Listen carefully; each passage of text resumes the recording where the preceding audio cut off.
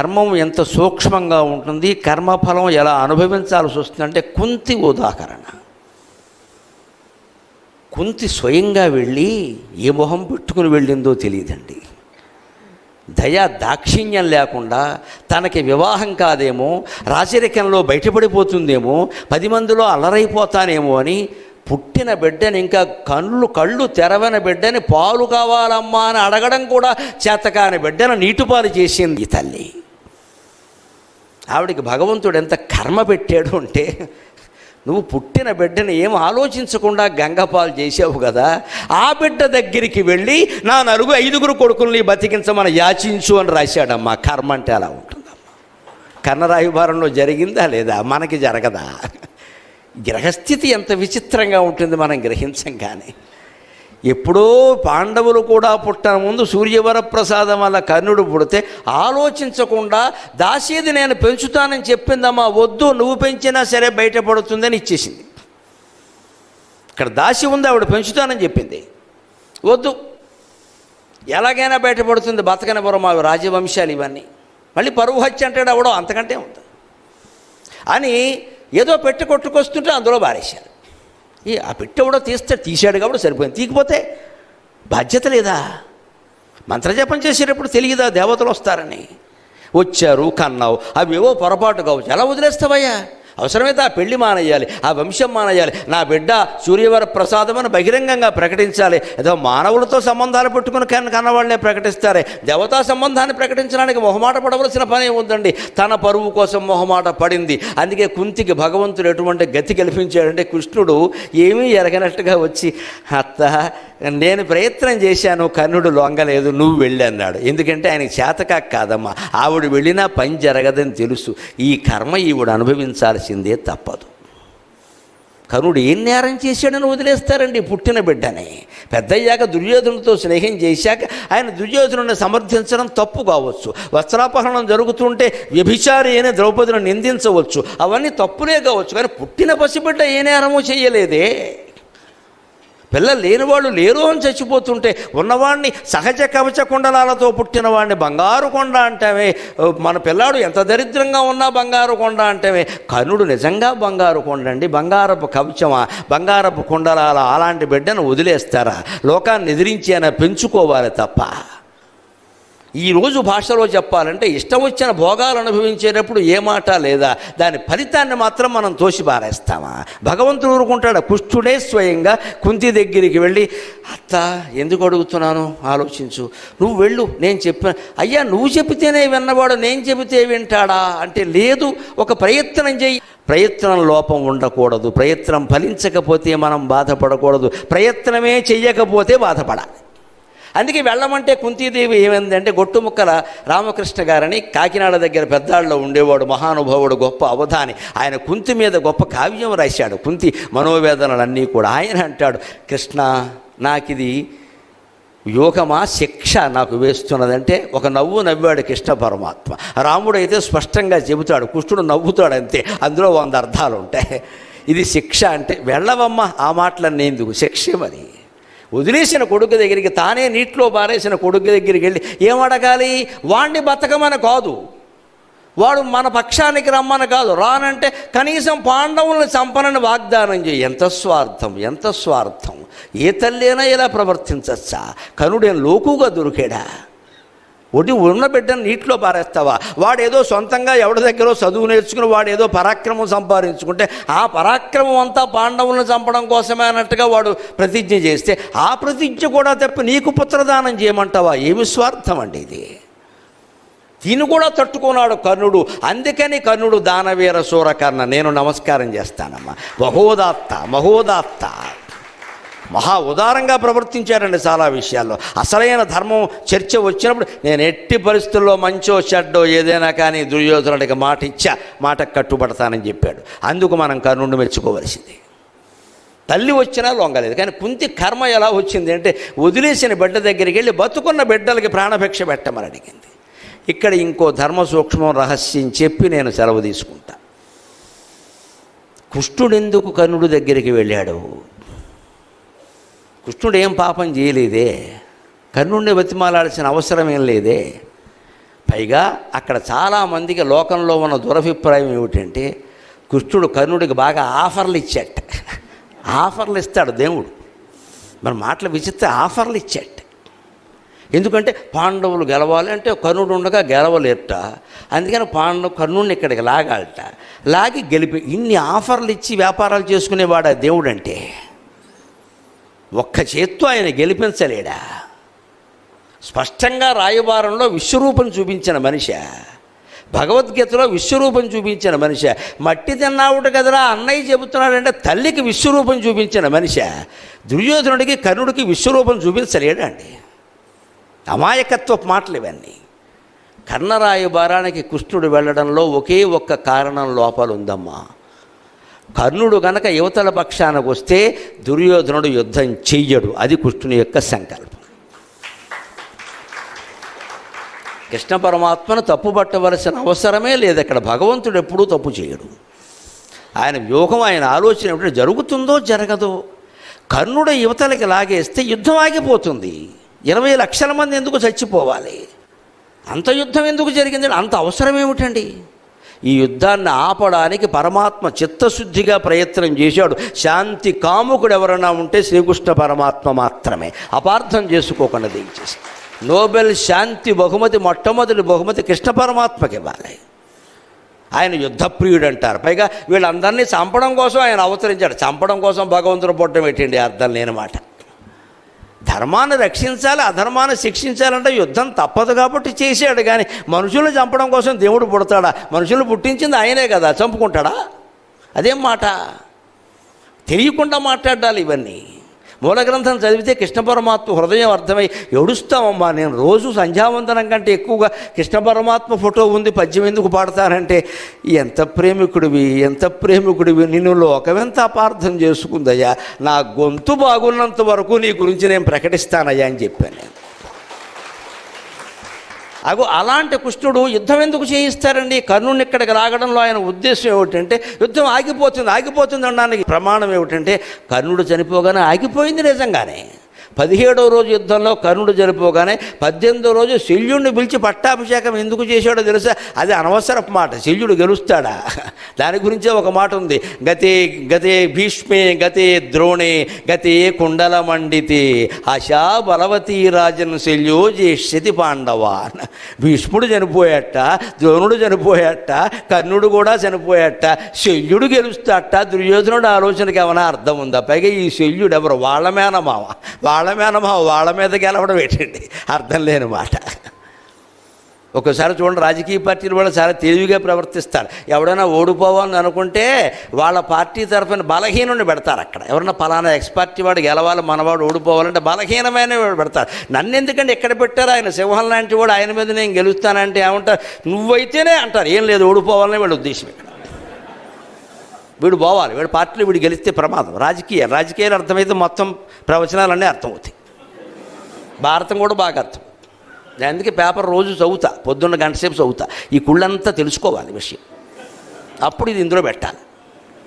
లేకపోతే లోకం అర్థం కాదు. ఇక్కడ మొత్తం ప్రపంచం అంతా మనకి ఇచ్చేస్తున్నారు. ఇక్కడ చాలు 10 రూపాయలు, 7 రూపాయలు ఇంత చేస్తే సప్తద్వీపాలు వచ్చేస్తాయి అందులో. అవన్నీ చదివితే మొత్తం అర్థమైపోయింది ప్రపంచం అంతా. ఇంకా వేరే చూడాల్సిన పని, రూమ్లోకి కదలాల్సిన పని లేదు ఇక్కడ. ఇంకొక మాట చెబుతా. ఈ ఆఫర్లు ఇచ్చాడు అసలు. ఎక్కడ మూల భారతంలో మీరు వ్యాస భారతం చదవండి, నీకు పట్టాభిషేకం జరుగుతుందన్నాడు. ఎందుకంటే అన్నగారు కదండి, ధర్మరాజు ఒప్పుకుంటాడు. అందరికంటే ముందు పుట్టాడు కదా. ఈయన సూర్యవరప్రసాదం అయితే వాళ్ళు దేవతల వరప్రసాదమే కదా. అందుకని ఒప్పుకుంటాడు, అనుమానం వెళ్ళ. ధర్మరాజును శంకించక్కల. అంచేది నీకు పట్టాభిషేకం చేయిస్తా. అర్జునుడు నీకు గుర్రాలు తోలుతాడు, అభిమన్యుడు నీ పక్కనే ఉంటాడు, భీముడు నీకు వింజామర వేస్తాడు, ఇవన్నీ చేయిస్తాడు. పొరపాటును కూడా కర్ణరాయబారంలో శ్రీకృష్ణ పరమాత్మ ద్రౌపది నిన్ను చేసుకుంటుందనే మాట మాట్లాడలేదండి. ఇది పచ్చి అబద్ధం. మీరు మూల భారతం చూసుకుంటే తెలుస్తుంది. పొరపాటును కూడా మాట్లాడలా. అక్కడ ఆయన అన్న మాట ఏమిటంటే రాజన్యారాజకన్యాశ్చాప్యానయంత్యభిషేచనం షష్ఠే కాలే తదా త్వాం వై ద్రౌపద్యనుగమిష్యతి. ఇది మూల భారతంలో ఉన్న శ్లోకం. మల్లాది చంద్రశేఖర శాస్త్రి గారు మహానుభావుడు ఈ శ్లోకాన్ని బయటపెట్టి ద్రౌపది విషయంలో, కర్ణుని విషయంలో, కృష్ణుని విషయంలో ఉన్న అపార్థాన్ని తొలగించాడు. ఆ జగద్గురువుకి నమస్కారం. మహాపండితుడు, మహామేధావి. ఆయన తొలగించాడు. ఏముందో చదువుకోండి అన్నాడు. అక్కడ కృష్ణుడు ఏమన్నాడు అంటే కర్ణుడికి పౌరుషం కలిగేలా ఒక మాట మాట్లాడాడు. ఎందుకంటే కర్ణుడిని స్వయంవర సమయంలో ద్రౌపదీదేవి అవమానించింది. ఈవిడేం తక్కువది కదా, ఆవిడ పూర్తిగా మంచిది అనుకోకండి. పూర్తిగా మంచిది అయితే స్వర్గారోహణ పర్వంలో నరకానికి వెళ్ళదు. ఓ 2 రోజులు ఉంచారు ఆవిడ అక్కడ, 2 days రిమాండ్లో పెట్టారు. కొన్ని తప్పులు ఉన్నాయి. ఏమిటంటే స్వయంవరం అని ప్రకటించాక ఎవరు వరం చేస్తే, ఎవరు పందెంలో నెగ్గితే వాళ్ళని చేసుకోవాలో వద్దా, నీకు ఇష్టం లేకపోతే అక్కడ నిలబడకు. మీ నాన్న ప్రకటించాడు, నువ్వు అక్కడ నిలబడ్డా అంటే యూ షుడ్ ఒబే. సీత ఇష్టపడిందా లేదా? రాముడిని ముందే ఏం ప్రేమించలేదండి ఆవిడ. ఎవరు విల్లు విరుస్తారో ఆవిడకి తెలియదండి. ద్రౌపది ఏం చేసిందంటే తండ్రి గారు అక్కడ మత్స్యయంత్రం అని ప్రకటిస్తే వేదిక మీద నిలబడింది. తండ్రి యొద్ద నిలుచున్నది ద్రౌపది, ముద్దుల పెండ్లి కూతురైన కరుణశ్రీ గారు రాసినట్టే నిలబడింది. కానీ దుర్యోధనుడు వచ్చాడు, కొట్టలేకపోయాడు, మాట్లాడలేదు. ఇంకెవరో వచ్చారు, కొట్టలేకపోయారు, మాట్లాడు. శల్యుడు వచ్చాడు విచిత్రంగా. అదేం సంబంధము? ముసలాడికి దసరా పండగ. మామూలు వాళ్ళు రాలేదండి, పెద్ద పెద్ద వాళ్ళు, 80 ఏళ్ళ వాళ్ళు, 70 ఏళ్ళ వాళ్ళు, రిటైర్ అయిపోయి ఎక్స్టెన్షన్ సర్వీస్ మీద కొనసాగుతున్న వాళ్ళు అందరూ వచ్చారు ఇక్కడికి. అవన్నీ చూసింది ఆవిడేం అనలా. కర్ణుడు లేచాడు, మత్స్యయంత్ర భేదనం కోసం వచ్చాడు. ఆశ్చర్యకరంగా నువ్వు చేసినా సరే నేను నిన్ను పెళ్లి చేసుకోనేదండి, నన్ను మన్నింతుడుగాక. కులాన్నే అవమానించిందండి ద్రౌపది. మరీ మంచిది ఏం కాదండి, కొంతవరకు మంచిదండి. ఆవిడ అహంకారాలు ఆవిడకున్నాయి. నువ్వు సూత కులంలో పుట్టావు కాబట్టి నువ్వు చేసినా నేను చేసుకోను. ఈ హక్కు ఈవిడికి ఎవరికి ఇచ్చారండి? నువ్వు ఎందుకు నిలబడ్డావు అక్కడ? పందెం అంటే పందెమే, మళ్ళీ ఇక్కడ షరతులు పెడతావేటి? మంటెత్తిపోదా కర్ణుడికి. నా కులాన్ని బట్టి నేను పౌరుషం ఉన్నా సరే, పరాక్రమం ఉన్నా సరే నన్ను చేసుకోరా. ఇంత అవమానమా? ఆ కులంలో పుట్టిన నా తప్ప? ఇవాళ కులాల పేరు మీద అవమానం జరుగుతుంటే వాళ్ళు బలహీన వర్గాల వాళ్ళు ఏ బాధపడుతున్నారో ఆ బాధని కర్ణుడు పాత్ర రూపంలో భారతం వ్యక్తం చేసింది. భారతీయ సంస్కృతికి నమస్కారం. ఎవ్వరికి అవమానం, ఎవరి బాధ అయినా మనం అర్థం చేసుకోవాల్సింది. కులం పేరు మీద ఎలా తిడతామమ్మా? వాడు గుణం పేరు మీద అనండి, నువ్వు అబద్ధాలు ఆడుతున్నావు అనండి, నువ్వు మోసకారివి అనండి, ఫలానా కులంలో పుట్టావని ఎలా తిడతావు? వాడు ఏమైనా అప్లికేషన్ పెట్టుకుని పుట్టాడు? నాకు అర్థం కాదు. ఈ మాట నోటమ్మట రాకూడదని ఇవాళ సమాజంలో ఘర్షణలకు అదే కారణం. దానికి భారతం సమాధానం చెప్పింది. ఈ మాట ద్రౌపది అంది, అది కర్ణుడికి మనస్సులో ఉండిపోయింది. నేను ఎంత సమర్థత ఉన్నా సరే కులం పేరు మీద నన్ను అవమానిస్తారేంటి? ఆ అవమాన భారాన్ని పోగొట్టడానికి కృష్ణుడు ఏం వ్యూహం పన్నాడు అంటే, సంసారపక్షంగా సమస్యల్ని పరిష్కారం చేసే మహానుభావుడు కాబట్టి 16,000 మందితో చేసిన సంసారం అనుభవం ఉంది కాబట్టి ఏమన్నాడంటే, ఏ ద్రౌపది నిన్ను కులం పేరు మీద అవమానించిందో ఆ ద్రౌపది ఇతర రాజకన్యలతో పాటుగా నీ ఊరేగింపులో పాల్గొని నీకు హారతి ఇస్తుందయ్యా అని చెప్పాడు. ఇది కృష్ణుడు అన్నమాట. రాజకన్యాశ్చాప్యానయన్ అభిషేచనం. మహారాజులు రాజకన్యలో కూడా నీకు అభిషేకం జరుగుతుంటే వెనకాల వస్తారు కదా, అభిషేకము నీళ్లు కలశాలు పట్టుకుంటారు కదా, స్వాగతం చెబుతారు కదా. అప్పుడేమిటి? షష్ఠే కాలే తదాత్వం వై. ఈ విషయంలో తిక్కన గారు కూడా పొరపాటు పడ్డారు, నన్ను మన్నించండి. అంచితముగా నిన్ను బంధువులు 6 వరుసనన్న పద్యం రాసేశాడు ఆయన. పంచాల రాజపుత్రియు అంచితముగా నిన్ను బంధువులు 6 వరుసను పొరపాటు పడ్డానికి కారణం ఏమిటంటే, షష్ఠే కాలే తదాత్వాం వై అన్నాడు. అంటే 6వ వాడుగా నిన్ను వరిస్తుంది అనుకుని తిరుపతి వెంకట కవులు సహా తిక్కన గారు సహా పొరపాటు పడ్డారు. మహానుభావులు పొరపాటు పడరని ఏం లేదు అక్కడ. ప్రమాదో ధీమతామపి అన్నారు. కాస్త సూక్ష్మంగా ఆలోచించకపోతే పొరపాటు పడతారమ్మా, దానికే ఉంది, పెద్ద విషయం కాదు ఇది. నేను ఖాండవ వనదహనం గురించి మాట్లాడుతూ అక్కడ తక్షకుడు తల్లి కొడుకు, తక్షకుడు ఆయన తల్లి ఉన్నారు, లేరు ఆ తక్షకుడు భార్య తక్షకుడు కొడుకు ఉన్నారు. అక్కడ మాట పొరపాటు ఎవరికైనా వస్తుంది, దానికి పోలీస్ కేసు పెట్టేస్తే అలాగా మాట పొరపాటు అంతకంటే. అలాగా తిక్కన గారు కూడా సరిగ్గా చూడలేదు. షష్ఠే కాలే తదాత్వం అనగానే అన్ని ఆఫర్లు ఇచ్చాడు కదా, దాంతోపాటు ఇది అని ఉంటాడులే అని. అంచితముగా నిన్ను పొందున 6 వరుసను అర్థానికి ఇంకా తిరుపతి వెంకట కవులు రెచ్చిపోయి వాళ్ళకి నాటకం కావాలి కదా. ఏ సతి వనిలోన జనయించెను జనమునచ్చు వేళ ఉన్నే సతి పండి వేళ నృపులెల్ల పరాజితులైరి క్రీడిచే ఏ సతి మీది మోకమున ఇంతలు చేసిరి నీవు రాజు నిన్న సతి పెండ్లి ఆడగలదు 6వ భర్తగా సూర్యనందనా అని వీళ్ళు పద్యం రాసేశారు. వీళ్ళు ఏ రాసేశారు? చప్పట్లు కొట్టేశారు, అయిపోయారు. మరి ద్రౌపది బతుకేమైపోయింది, కృష్ణుడు బతుకేమైపోయింది. ఈయన ఆఫర్లు ఇచ్చేవాడికి తయారయ్యాడు. రాజ్యం ఇస్తే ఇవ్వచ్చండి, సంపదలు ఇచ్చే ఇవ్వచ్చండి, భార్యను ఎలా ఇస్తారండి? అర్థం లేదా దానికి? ఆ మాట కుష్ఠుడల్లా. ఇక్కడ షష్ఠే కాలే అంటే అర్థం ఏమిటంటే, మళ్ళీ నేను మల్లాది చంద్రశేఖర శాస్త్రి గారికి పాండిత్యానికి నమస్కారం చేస్తున్న మహానుభావుడు అపార్థాలు పోగొట్టి ద్రౌపదిని కుష్ఠుణ్ణి కాపాడాడు. షష్ఠే కాలే అంటే 6 అనేది కాలానికి విశేషణం, మనుషులకి విశేషణం కాదు. షష్ఠే కాలే 6వ కాలం. పగటి కాలాన్ని మన పురాణాలు 6 భాగాలుగా విభజించాయి. ప్రాతకాలం, సంగవకాలం, మధ్యాహ్న కాలం, అపరాహ్న కాలం, సాయంకాలం, నిశాముఖం. ఇవి 6. ప్రాతకాలం, సంగవకాలం, మధ్యాహ్న కాలం, అపరాహ్న కాలం, సాయంకాలం, నిశాముఖం. ఇవి 6 అండి. షష్ఠే కాలం అంటే 6వ కాలం అంటే నిశాముఖం. ప్రాతకాలం అంటే 6 నుంచి 8, సంగవకాలం అంటే 8 నుంచి 11 వరకు, 12 వరకు.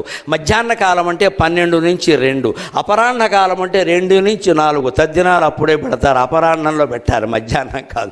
2 నుంచి 4 భోక్తలు భోజనం చేసేసరికి 2 దాటాలి, తర్వాతే కర్త భోజనం చేయాలి. మనకు ఆకలేసింది కదా అని 9ంటికి దద్దినం పెట్టేయకూడదు, దాని లెక్కలు అనుకుంటాయి. అందుకని ప్రాతకాలం అంటే 6 నుంచి 8, సంగవకాలం అంటే 8 నుంచి 12, మధ్యాహ్నం అంటే 12 నుంచి 2, అపరాహ్న కాలం అంటే 2 నుంచి 4, సాయంకాలం అంటే 4 నుంచి 6, నిశాముఖం అంటే 6 నుంచి 7.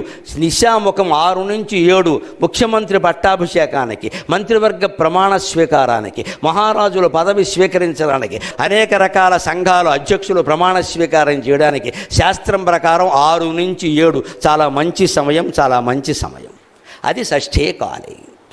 6వ కాలము అంటే అర్థం. దీనికి గుజరాతీ ప్రతి భారతంలో వ్యాఖ్యానం ఉంది. దాన్ని సేకరించి మల్లాది చంద్రశేఖర శాస్త్రి గారు చెప్పే వరకు తెలుగు పండితులు కూడా, పురాణ ప్రవచనకర్తలు ఎవరు గమనించలేదు ఈ విషయాన్ని. ఈ విషయాన్ని ఎవడు చెప్పాలో వాడే చెప్పాలి.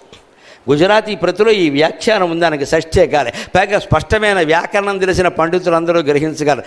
6వ భర్తగా అంటే షష్ఠం భష్టే భర్తే భర్తరి అని అంటారు కదా, ఖచ్చితంగా సప్తమి విభక్తి వాడకుండా షష్ఠే కాలే, కాలేకి విశేషణంగా షష్ఠే అని వాడారు. అంటే 6వ కాలంలో రాజకన్యలందరితో పాటుగా ద్రౌపది కూడా నిన్ను అనుసరిస్తుంది అంటే నీ కక్ష తీరుతుంది, నీ కోపం తీరుతుంది. ఈ నిండు సభలో నిన్ను అవమానించింది కదా, అందుకు నువ్వు కూడా తక్కువ వాడేవి కాదు, వస్త్రాపరణంలో ఏదో అనేసావులే అనుకో పోవని, అందుకు కూడా సరిపోకపోతే ఇప్పుడు అన్నగారిగా వస్తే ఆవిడ కూడా వచ్చి నీకు కూడా మొహాన మంగళహారతి ఇస్తుందా, నువ్వు 116 పళ్ళెల్ని వేయిచ్చేయ నాయన అని చెప్పాడు. అంతకు మించి ద్రౌపది పెళ్లి చేసుకుంటుందనే మాట లేదు. ఈ ఆఫర్లు ఏవి పరమాత్మ ఇవ్వలేదు. ఇది ధర్మ సూక్ష్మం, ఇది రహస్యం. ఇక కర్ణపర్వంలోకి వెళదాం. మధ్యాహ్నం 2 గంటల వరకు సంశప్తకులతో పోరాటం చేసి 5000 మందితో అలిసిపోయి అర్జునుడు వచ్చాడు. మధ్యంతర మార్తాండులాగా కర్ణుడు వెలుగొందుతున్నాడు, ఈవేళ చంపకపోతే ఇంకెప్పుడు చంపలేం అనే మాట వచ్చింది. వెంటనే కృష్ణ రథాన్ని నేరుగా కర్ణుడి దగ్గరికి పోని, ఈవేళ కర్ణుడో నేనో తేలిపోవాలన్నాడు. ఈయన రథాన్ని అటు పోనిచ్చాడు, సారథి కర్తవ్యం కదా. అప్పుడు కర్ణుడు ఘటోత్కచుడిని చంపిన ఉత్సాహంలో బ్రహ్మాండమైన తేజస్సుతో ఆయన తండ్రి సూర్యనారాయణుని తేజస్సుతో వెలుగొందిపోదు. రశ్మిమంతం సముద్యంతం భాస్కరం పూజయేస్వ వివస్వంతం భాస్కరం భువనేశ్వరం అని ఆదిత్య హృదయంలో చెప్పినట్టుగా ఆయన వెలుగొందిపోతున్నాడు అక్కడ. ఆ కర్ణుడిని చూసేసరికి అర్జునుడికి కూడా భయం వేసిందండి. జీవితంలో భయాలు ఎలా ఉంటాయి, అర్జునుడు అనగానే భయం లేదు అని ఆయన భయపడ్డాడు. భారతంలో స్పష్టంగా ఉంది. ఒక్కసారి ఇలా చూసి మాధవ మన రథమును వెనుక కుమరల నిమ్ము అన్నాడు. ఇంత తేజస్సుతో వెలుగొందుతున్న కర్ణుడిని ఇప్పుడు చంపడం కష్టమేమో అని అనకుండా, వీరుడు అలా అంటే కష్టం కదా. అప్పటికి ఈయనకు అనుకూలంగా ఒక వార్త తెలిసింది. ఏమంటే కర్ణుడి చేతిలో ధర్మరాజు ఓడిపోయి బాధపడుతున్నాడు, శిబిరంలో ఉన్నాడు, పారిపోయాడు. ధర్మరాజు కర్ణుడి చేతిలో ఓడిపోతే ఈయన నేల మీద పడిపోయాడు. కర్ణుడు వెంటనే ధనుస్సు కొస ధర్మరాజు బొడ్డు మీద ఏమిటి, పోరా జోదగాడి మీద పందెలాడుకున్నారు, అక్కడ నువ్వు వస్తావు యుద్ధానికి పో అన్నాడంతే. ఆ మాట ధర్మరాజుని ఎంత చెలింపజేస్తుంది. ఆ మాటతో ఆయన శిబిరానికి వెళ్ళాడు. ఆ వార్త కృష్ణుడికి తెలిసింది. అర్జునుల్లో ఉండేటువంటి నిస్తేజాన్ని గమనించాడు. ఊరికే అనక్కల కొన్ని వేల మందితో పోరాడు వచ్చాడు. మధ్యాహ్నం 3:30 వరకు ఉండదా, మళ్ళీ కర్ణుడితో యుద్ధం చేయమంటే ఎలాగా, విశ్రాంతి ఉండాలి కదా. అందుకని ఆలోచిస్తే ఈయనేమో పౌరుషానికి పెడుతూ మాధవా మన రథమును మరలనిమ్ము అంటే, అర్థమైంది నాయన, నువ్వు ఇప్పుడు వెనక్కి వెళ్ళడం అవసరం కూడా. ధర్మరాజుని కర్ణుడు బాధించాడయ్యా, ఆయన్ని కాస్త 4 మాటలతో ఓదార్చి వద్దామన్నాడు. మా అన్నగారి యొక్క జీవితం నాకు చాలా ప్రధానం, అందుకని వెనక్కి పోనేను. అన్నగారి జీవితం ఎంత ప్రధానమో కర్ణుడు తేజస్సుకు తట్టుకోలేకపోవడం కూడా అంతే ప్రధానం విషయం. అంతే వాస్తవం మనకేమి ఇక్కడ మనం అర్జున ఫ్యాన్స్ కాదు, కర్ణ ఫ్యాన్స్ కాదు, ధర్మానికి ఒక్కడికే నేను ఫ్యాన్. ఏది జరిగిందో అది చెప్పడమే అంతే. ఇప్పుడు కర్ణవధలో ఉండే సూక్ష్మాన్ని గమనించండి. కర్ణుడు మనం అనుకుంటున్నంత దాత కాదు, మనం అనుకుంటున్నంత వీరుడు కూడా కాదు. దాత కాదు అనడానికి కవచకుండలాల తప్పితే ఆయన చేసిన ప్రసిద్ధమైన దానం ఏది వ్యాసభారతంలో లేదు. దయచేసి పుట్టగింపు కథలు నమ్మకండి. ఆయన ఏదో శ్మశానంలో ఉన్నాడు యుద్ధరంగంలో, ఆయన బంగారు పన్నెడిగితే దానం ఇచ్చాడు, లేకపోతే ఏదో ఇల్లు కూలగొట్టి దానం ఇచ్చాడు, ఇవన్నీ కట్టు కథలమ్మా, జానపద భారతాలు. పల్లెటూళ్ళలో చెట్టు కింద చుట్టకాల్చుకునేవాడు సరదాకి చెప్పుకున్న కథలమ్మా, ఎక్కడా లేవు. ఆయన చేసిన ఒకే ఒక దానం కవచకుండలాలు, అది అరణ్య పర్వ సమయంలో చేశాడు, చివరిలో కాదు. ఇంద్రుడు అప్పటి నుంచి ప్రణాళికతో ఉన్నాడు. ఆ విషయంలో ఆయన మెచ్చుకోవలసిందో దండం పెట్టవలసిందో, శరీరాన్ని కోసి ఎవరిస్తారండి, అది గొప్పవే. ఆయన దాతే, కానీ ఇంకా దాన్ని పట్టుకుని అనేక కథలు సృష్టించద్దు. సరే, అది వదిలిపెట్టాను. వీరుడు అంటారా, మహావీరుడు అంటారా, ద్రౌపదీ స్వయంవరంలో అర్జునుడి చేతుల్లో, భీముడి చేతుల్లో, బ్రాహ్మణ వేషాల్లో ఉన్న వాళ్ళ చేతుల్లో ఓడిపోయాడు. పైగా ఏమన్నాడు అంటే, బ్రాహ్మణులు కాబట్టి నేను యుద్ధం చేయను అన్నాడు. ఓడిపోయాకంటే ఆ మాట ఎలాగ ముందే అనాలి. ఘోషయాత్ర సందర్భంలో చిత్రాంగదుడి చేతుల్లో, చిత్రరథుడు అనే గంధర్వుడి చేతుల్లో ఓడిపోయి పరిగెట్టాడు దుర్యోధనుడిని కాపాడుకోలేక. ఉత్తర గోగ్రహణంలో అర్జునుడు ఒక్కడే సమ్మోహనాస్త్రంతో మొత్తం జయించాడు. ఏమైంది ఈ కన్నమహారాజుల వారి పరాక్రమం? అంత గొప్ప వీరుడేం కాదు, అర్జునుడితో సమానమైన వీరుడైతే కానే కాదు. ధర్మరాజు భయపడ్డాడు, అది వేరే విషయం. ధర్మరాజు చాలా వాటికి భయపడతాడు, అంత మాత్రం చేత కర్ణుడిని వీరుణ్ణి చేయగలరు. కర్ణుల్లో ఉండే ఒకే ఒకటి మనం జారిపడవలసింది ఏంటంటే, కన్న తల్లి చేతనే అన్యాయానికి గురయ్యాడు. ఆయన దైవోపహతుడు, దురదృష్టవంతుడు కాదు, మహానీతిపరుడు అనద్దు, అలాగని అవినీతిపరుడు అనద్దు. పరిస్థితుల వల్ల ఆయన దుష్టుడుగా మారాడు, దుష్ట చతుష్టయంలో ఒకడయ్యాడు. ఆ దుర్యోధనుడు కులాతీతంగా మాట్లాడ కాస్తే పెద్ద ఉపన్యాసం ఇచ్చేసి, లోపల భావాలు ఎలా ఉన్నా పైకి మాత్రం ఉపన్యాసం ఇచ్చి, ఈయన గారికి అంగరాజ్యం ఇచ్చేసరికి ఈయనకి ఒళ్ళు తెలియక ఇంక నేను చర్మం ఒలిచి నీకు చెప్పులు కుట్టిస్తాననే స్థితికి వచ్చాడు. అది ఆయన్ని బానిసన చేసింది దుర్యోధనుడిని. అందువల్ల ఆయన యుద్ధం చేశాడు. అందుకే ఈయన ద్రౌపది వస్త్రాపహరణం జరిగే సందర్భంలో ఆవిడ సభలో గడిచుకొస్తే, మున్నోడి తన్నోడనా, తన్నోడి నన్నోడనా, నన్నోడి తన్నోడనా అని అంటే, ఈ పద్యాలన్నీ ఏమిటి ఇక్కడ? ఆవిడ 5గురిని పెళ్లి చేసుకుంది, 6వ వాడిని చేసుకోమని ఒక వేశ్య ఎంతమందిని చేసుకుంటే అన్నాడు. మంటెత్తిపోదండి ఎవరికైనా. కర్ణుడు లాంటి మహానుభావుడు అనవలసిన మాటేనా అది? ఆయనకి జరిగిన చిన్నతనంలో అవమానం ఏదో జరిగితే, నీ కులమేమిటి, ఒక రాజకుమారుడితో పోరాడడానికి నీకుండే అర్హత ఏమిటని ప్రశ్నిస్తే నీకెంత అవమానంగా అనిపించింది. ఒక క్షత్రియ స్త్రీని నలుగురిలోకి ఈడ్చుకొచ్చినప్పుడు నువ్వు వేశ్యవే అంటే మరి ఆవిడకి ఎంత అవమానంగా ఉంటుందండి. మన అవమానమే ఎక్కువ, అవతల వాళ్ళ అవమానం తక్కువ అంటే ఎలాగా? కులపరమైన అవమానం ఎక్కువైతే స్త్రీని స్త్రీగా గౌరవించకుండా అవమానించడం మరింత ఎక్కువ కదా. అది మనిషి ఎప్పుడు ఎలా ఆలోచిస్తారంటే, భారతం మనకు చెబుతున్నమాట, తన స్వార్థం గురించి ఆలోచిస్తాడు. తనకు జరిగింది ఏదైనా ఎక్కువ, ఎదుటి వాళ్ళకి జరిగిందంతా తక్కువ. ఈ ఆలోచనలతోనే ఆయన రెచ్చిపోయాడు. కానీ అక్కడ పరిస్థితి కూడా ఏంటంటే, ఈయన యుద్ధం చేస్తుంటే రథం కృంగిపోయింది, బ్రాహ్మణ శాపం. అంతకుముందే ఆ శాపం ఉంది, యుద్ధ సమయంలో నీ రథం కృంగిపోతుంది. అంతేకాదు, ఈయన బాణాలు వేశాడు అర్జునుడి మీద. అస్త్రాలు ఏవీ లేవు ఈయన దగ్గరనే, దీపావళి బాణాలే ఉన్నాయి ఇక్కడ. అస్త్రం తీసేసరికి ఏమవుతుంది? అస్త్రం వేరు, శస్త్రం వేరు, గుర్తుపెట్టుకోవాలి. అస్త్రం వేరు, బాణం వేరు. బాణం అంటే మామూలు పుల్ల, ఓ ఎనపది పోని కమ్మి కడ్డి. అస్త్రం అంటే మంత్రపూర్వకమైంది అస్త్రం. అందుకని వారుణాస్త్రం, వాయువ్యాస్త్రం, సౌరాస్త్రం, గరుడాస్త్రం, అవి అస్త్రాలు. వాటికి మంత్రాలు ఉంటాయి వెనకాల. ఆ మంత్ర జపాన్ని ఆ వీరుడు ఇంటి దగ్గర కొన్ని లక్షల సార్లు చేస్తాడు. అప్పుడు యుద్ధరంగంలో ఒక్కసారి చేసినా అది ఫలిస్తుంది. ఎలాగా? 10వ తరగతి విద్యార్థి ఏడాదంతా ప్రశ్నలకు జవాబులు కంఠస్థం చేస్తాడు. పరీక్షలో ఒక్కసారి గుర్తు చేసుకుంటే వస్తుందో లేదా. పరీక్షలో కూడా 60 సార్లు చదవడం మొదలు పెడితే టైం అయిపోయింది, బయటికి పోమంటారు. మనం అభ్యాసం చేస్తే అక్కడ ఒక్కసారి గుర్తొస్తుంది కదా. అలా మంత్రజపం కూడా కోట్లు కోట్లు కోట్లు రోజు చేస్తే యుద్ధరంగంలో అవసరమైన క్షణంలో ఒక్కసారికే అది ఫలిస్తుంది. అలా ఫలించింది. అలాంటి మంత్రజపాలు చేశాడు. కానీ దురదృష్టం వల్ల, పరశురాముడి శాపం వల్ల, బ్రాహ్మణుడి శాపం వల్ల, ఇతరుల శాపాల వల్ల, రకరకాల దురదృష్టకర ఘట్టాల వల్ల ఈయనకి మంత్రాలు ఏవి గుర్తు రావట్లా. పైగా కర్ణుల్లో ఒక ప్రధానమైన లోపం, అభిమన్యుడిలాగే ఆయనకి దైవం మీద పరిపూర్ణ విశ్వాసం లేదు. కృష్ణ పరమాత్మ కాదు, ఏ దేవుణ్ణి ఆయన ప్రత్యేకించి ఆరాధించినట్టుగా మనకు కనపడదు. ఇంకా అంతో ఎంతో దుర్యోధనుడికైనా ఉందేమో కానీ ఈయన కారేది తక్కువ. ఈయనకి ఎంతసేపు పౌరుషమే. అందుకే దైవోపహతుడు. అందుకే మంత్రాలు గుర్తు రాకపోతే వ్యాసభారతంలో శల్యుడితో అంటాడు, నాకు అస్త్రాలు వస్తున్నాయి, మంత్రాలు గుర్తు రావట్లేదు, స్ఫురించట్లేదు అంటాడు. వెంటనే శల్యుడు ఏమంటాడో తెలుసా? ఆశ్చర్యకరమైన మాట చెబుతాడు, మనం అందరం నేర్చుకోవాలి. బాణం తీస్తున్నానయ్యా, ఇది నాగాస్త్రం లేదా గరుడాస్త్రం, నాకు మంత్రం గుర్తు రావట్లేదు అంటే స్ఫురించట్లేదు అంటారు సంస్కృతంలో. వెంటనే శల్యుడు విచిత్రమైన మాట చెబుతాడు వ్యాసభారతంలో, నీకెందుకు స్ఫురిస్తుంది కర్ణ? స్ఫురణ అంటే ఏమనుకుంటున్నావు? అవధానాలు చేసిన వాళ్ళని అడుగు, స్ఫురణ అంటే ఏమిటో చెప్తారు.